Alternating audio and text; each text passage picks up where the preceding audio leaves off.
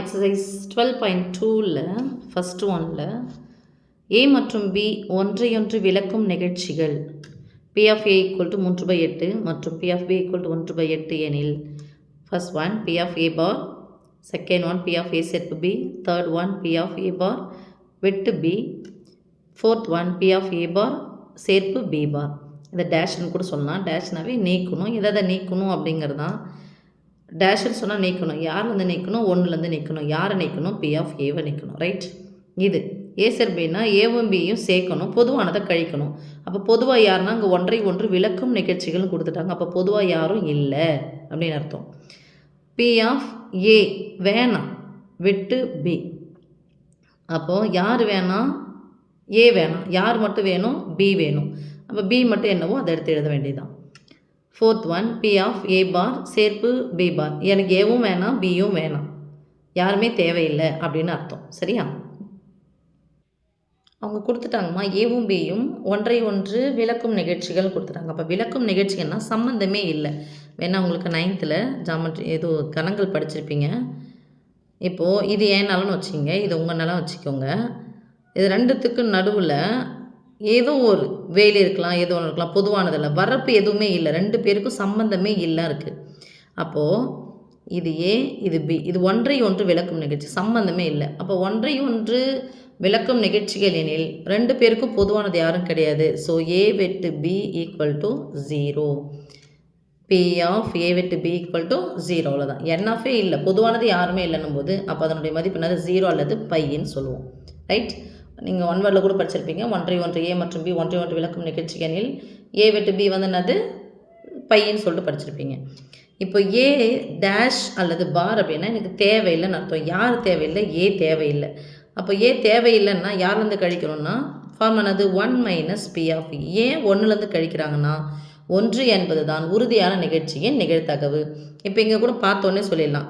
8ல் 3 இருக்குது, அப்போ எத்தனை இல்லை? 8ல் 5 இல்லை. 8ல் 1 இருக்குது, அப்போ எத்தனை இல்லை? 8ல் 7 இல்லை.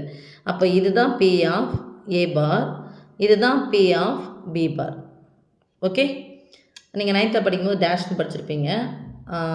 10th வந்து கூட பார்னு படிச்சிருக்கலாம்.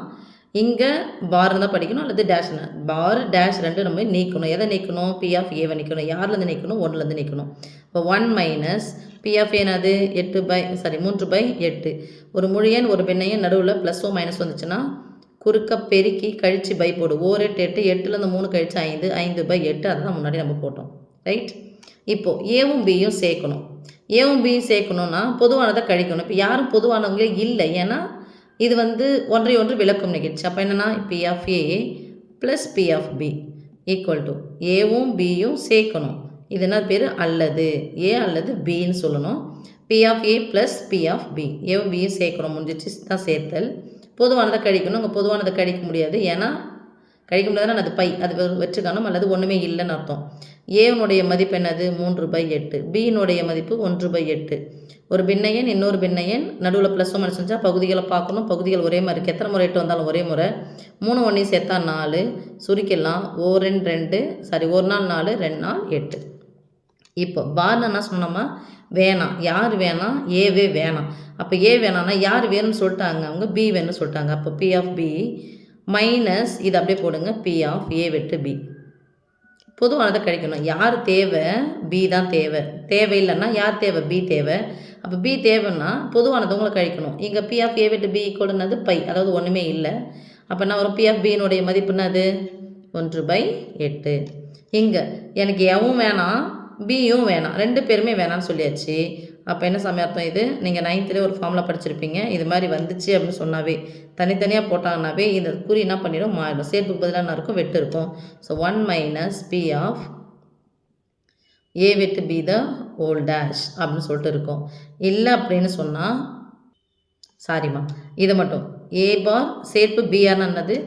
பி ஆஃப் ஏ வெட்டு be the whole bar.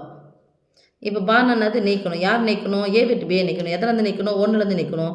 1 - B of A வெட்டு பி ஈக்குவல் டு பார் நவே இந்த போட்ட கூட முன்னாடி தூக்கி போட்டால் முடிஞ்சிச்சு. ஏ வெட்டு பியே இங்கே இல்லை. அப்போ உறுதியான நிகழ்ச்சி நிகழ்த்தவனா மட்டும் தான் கிடைக்கும், 1 மட்டும் தான் கிடைக்கும். ஓகே சாமி. ஏவும் வேணாம், பியும் வேணான்னு சொன்னால் எனக்கு ஏபி ரெண்டையுமே சேர்த்து வேணாம். அப்போ உறுதியான நிகழ்ச்சி நிகழ்த்தகவல் வந்து கழிச்சா 1. ரைட்.